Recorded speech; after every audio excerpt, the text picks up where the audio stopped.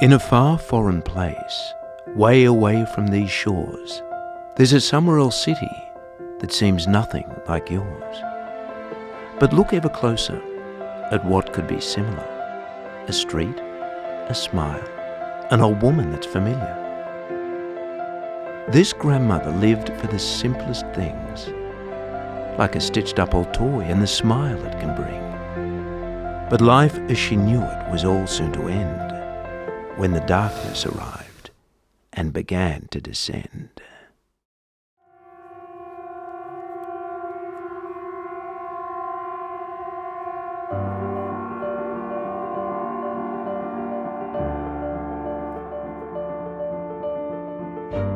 Then, like countless times since, and like times yet to come, the arrival of darkness meant the pair had to run.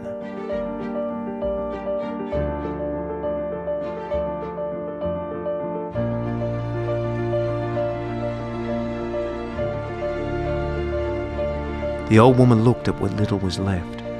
As her past disappeared, her grandchild wept.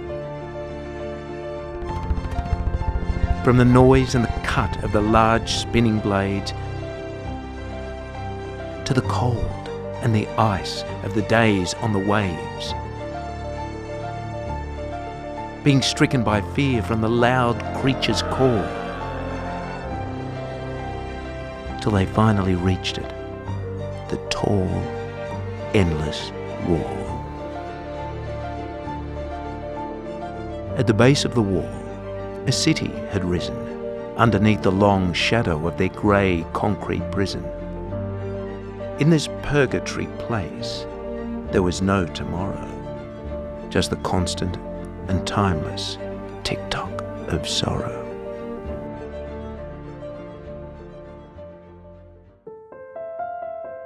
So the grandma decided to spend her last days selling all that she had to help them get away. One night she walked, and after some miles, met a small one-eyed man who'd purchase her smile. But the ladder he paid with was so tragically small that it barely reached up the towering wall. The next night she wandered, and in front of a fire found a golden-toothed thief who'd become her next buyer. He removed her religion, took every last prayer for some wobbly, shoddily constructed stairs. Every night was soon spent trading in her worth for the one thing to her that still mattered on earth. The old woman next gave her last trace of hope.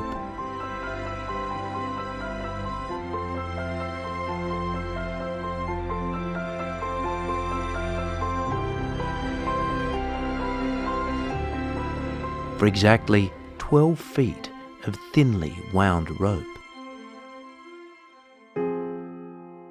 But her best intentions and her noble deeds were one evening met with horror and greed, when a group of braying shadows lured her away and took the last of her innocence, with nothing to pay.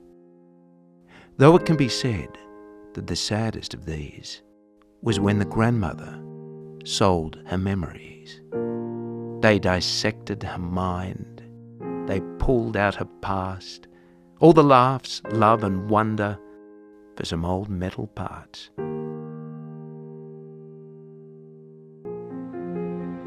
That was it. She had nothing. Was it worth so much cost? The grandmother thought of all she had lost. And as she begun to fade off in the night, she had a final idea to make things all right. As the last dawn approached, Grandma knew what to do. She'd take what she had and sow something new. The young boy awoke, and from what he was then shown, he learned that his next steps would be taken alone. Grandma strapped him up as he started to cry, and she whispered to him one simple word: fly.